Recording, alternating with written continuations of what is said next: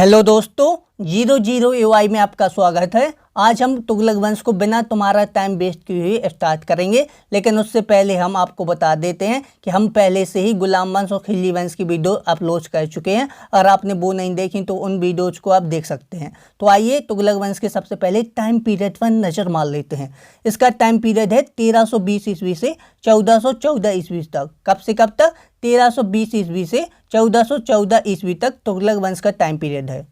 तुगलक वंश के सबसे पहले शासक गियासुद्दीन तुगलक के बारे में हम आज डिस्कस करने वाले हैं, जिसका टाइम पीरियड 1320 ईस्वी से 1325 ईस्वी तक यानी 5 साल तक रहा है। तो आइए इनसे रिलेटेड जितने भी एग्जाम में प्रीवियस ईयर क्वेश्चन आए हैं उनको देख लेते हैं। सबसे पहला क्वेश्चन, गाजी मलिक निम्नलिखित में से किस शासक का वास्तविक नाम था?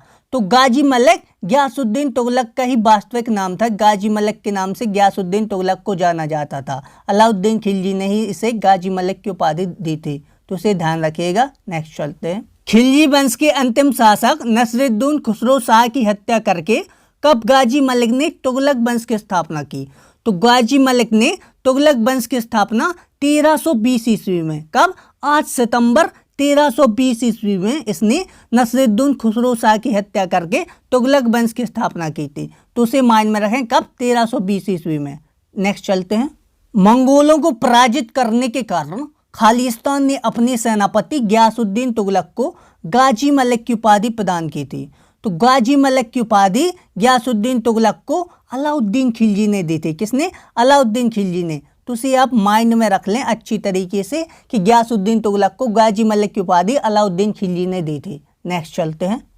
दिल्ली के सुल्तान का पद संभालने से पहले गियासुद्दीन तुगलक कहाँ का सूबेदार हुआ करता था? तो पहले है पंजाब का सूबेदार हुआ करता था गियासुद्दीन तुगलक, तो इसे भी माइंड में रखें। नेक्स्ट चलते हैं। दिल्ली सल्तनत में पहली बार सिंचाई के लिए कुएं तथा नहरों का निर्माण किसने करवाया था? तो पहली बार सिंचाई के लिए कुएं एवं नहरों का निर्माण गियासुद्दीन तुगलक ने ही करवाया था। इसे ध्यान रखें, काफ़ी बार एग्जाम में पूछा गया ये क्वेश्चन है मल्टीपल टाइम। तो इसे ध्यान रखें कि सिंचाई के लिए कुएं तथा नहरों का निर्माण गियासुद्दीन तुगलक ने करवाया था। नेक्स्ट चलते हैं। डाक प्रणाली को पूर्णतः किसने व्यवस्थित किया? तो डाक प्रणाली को पूर्णतः व्यवस्थित किया था गियासुद्दीन तुगलक ने, तो उसे भी माइंड में रखें। नेक्स्ट चलते हैं। निम्नलिखित सुल्तानों में से किसने किसी आपदा, अकाल, अनावृष्टि, अकाल यानी सूखा, अनावृष्टि यानी ओले गिर जाएं की स्थिति में राजस्व की छूट देने की नीति अपनाई थी? तो अकाल और अनावृष्टि यानी ओले की स्थिति में राजस्व से छूट देने की नीति गियासुद्दीन तुगलक ने ही अपनाई थी। इसी ने कहा था कि अगर सूखा पड़ जाएगा या अनावृष्टि ओले गिर जाएंगे ज़्यादा तो राजस्व से किसानों को छूट दी जाएगी। तो इसे माइंड में रखें कि गियासुद्दीन तुगलक ने ही यह नीति चलाई थी। नेक्स्ट चलते हैं। निम्नलिखित में से किस सुल्तान से निजामुद्दीन औलिया ने भेंट करने से इनकार कर दिया था? तो निजामुद्दीन औलिया ने गियासुद्दीन तुगलक से भेंट यानी मिलने से इनकार कर दिया था। देखिए हुआ क्या था कि निजामुद्दीन औलिया एक प्रसिद्ध सूफी संत थे। क्या? प्रसिद्ध सूफी संत थे दिल्ली के। इन्होंने खुसरो शाह यानी जब खिलजी वंश का अंतिम शासक था खुसरो शाह, उससे 5 लाख टके यानी चांदी के सिक्के लिए थे उधार में। तो अब यह गियासुद्दीन तुगलक शासक बन गया था, तो उसने निजामुद्दीन औलिया से 5 लाख टके यानी चांदी के सिक्के वापस मंगाए। तो निजामुद्दीन औलिया ने देने से मना कर दिया। तो निजामुद्दीन औलिया से भेंट करने के लिए गियासुद्दीन तुगलक ने उनसे कहा, तो लेकिन इसने निजामुद्दीन औलिया ने मना कर दिया। तो इसे माइंड में रखें। नेक्स्ट चलते हैं। 1325 ईस्वी में बुकरा खां जो बंगाल का इक्तेदार था को हराकर बंगाल अभियान विजय के बाद गियासुद्दीन तुगलक ने खालिस्तान को संदेश भेजा कि उनके दिल्ली पहुंचने से पूर्व वह दिल्ली छोड़ दें। तो यह संदेश गियासुद्दीन तुगलक ने निजामुद्दीन औलिया को यह मैसेज भेजा था।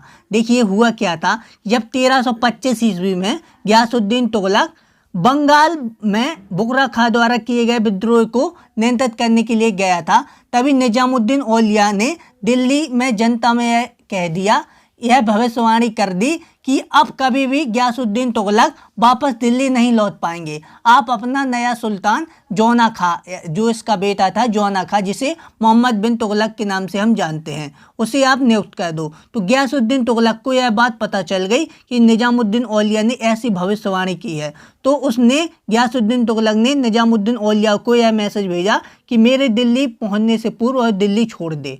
तो इसे ध्यान रखिएगा। नेक्स्ट चलते हैं। महबूब ए इलाही के नाम से किसे जाना जाता है? तो महबूब ए इलाही के नाम से हजरत निजामुद्दीन औलिया को जाना जाता है। महबूब ए इलाही की उपाधि हजरत निजामुद्दीन औलिया को गयासुद्दीन तुगलक ने प्रदान की थी। महबूब ए इलाही का अर्थ होता है लवर ऑफ गॉड, यानी अल्लाह का महबूब। तो उसे मान में रखें कि महबूब ए इलाही के नाम से हजरत निजामुद्दीन औलिया को जाना जाता है। नेक्स्ट देखते हैं, किसने दिल्ली के निकट तुगलकाबाद नामक शहर की स्थापना की? तो तुगलकाबाद नामक शहर की स्थापना गयासुद्दीन तुगलक ने ही की थी। तो उसे माइंड में रखें। नेक्स्ट चलते हैं, गयासुद्दीन तुगलक की मृत्यु कैसे हुई? तो गयासुद्दीन तुगलक की मृत्यु लकड़ी के महल के गिर जाने से हुई थी। देखिए दोस्तों, हुआ क्या था कि 1325 ईस्वी में जब गयासुद्दीन तुगलक बंगाल में बुकरा खां द्वारा किए गए विद्रोह को नियंत्रित करने के लिए बंगाल अभियान पर गए हुए थे, तभी दिल्ली के प्रसिद्ध सूफी संत हजरत निजामुद्दीन औलिया ने दिल्ली में यह भविष्यवाणी कर दी कि अब गयासुद्दीन तुगलक कभी भी दिल्ली वापस नहीं आ पाएंगे। लेकिन क्या हुआ कि गयासुद्दीन तुगलक बंगाल में विजय के पश्चात वापस दिल्ली लौट रहे थे, तब इनका भव्य समारोह दिल्ली के निकट तुगलकाबाद नामक स्थान पर हुआ।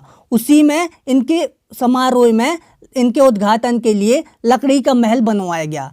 लेकिन लकड़ी के महल में जब ये बैठा हुआ था तो एक हाथी ने इसमें टक्कर मार दी महल में, तो यह गिर गया। उसी में इसकी गयासुद्दीन तुगलक की मृत्यु हो गई, जिसके कारण प्रसिद्ध सूफी संत हजरत निजामुद्दीन औलिया की भविष्यवाणी भी सत्य हो गई और इसकी मृत्यु 1325 ईस्वी में हो गई। तो उसे माइंड में रखिएगा। अगली वीडियो में हम गयासुद्दीन तुगलक के बाद इसके बेटे जौना खान अर्थात मोहम्मद बिन तुगलक के बारे में इंपॉर्टेंट क्वेश्चन जो भी प्रीवियस ईयर आए हुए हैं उनको डिस्कस करेंगे। तो मिलते हैं अगले वीडियो में। अभी तक आपने चैनल को सब्सक्राइब नहीं किया तो कर लें दोस्तों। Bye bye.